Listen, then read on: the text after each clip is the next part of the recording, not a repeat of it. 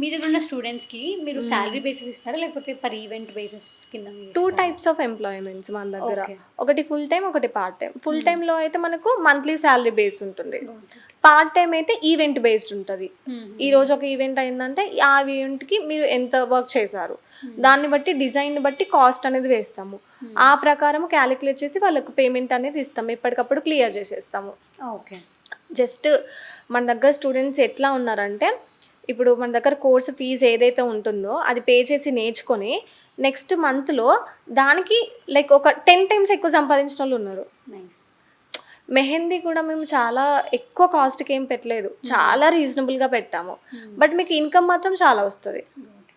అలా అంటే మీరు ఇన్వెస్ట్ చేసింది 1 మంత్‌లో మీకు రిటర్న్ వచ్చేస్తుంది.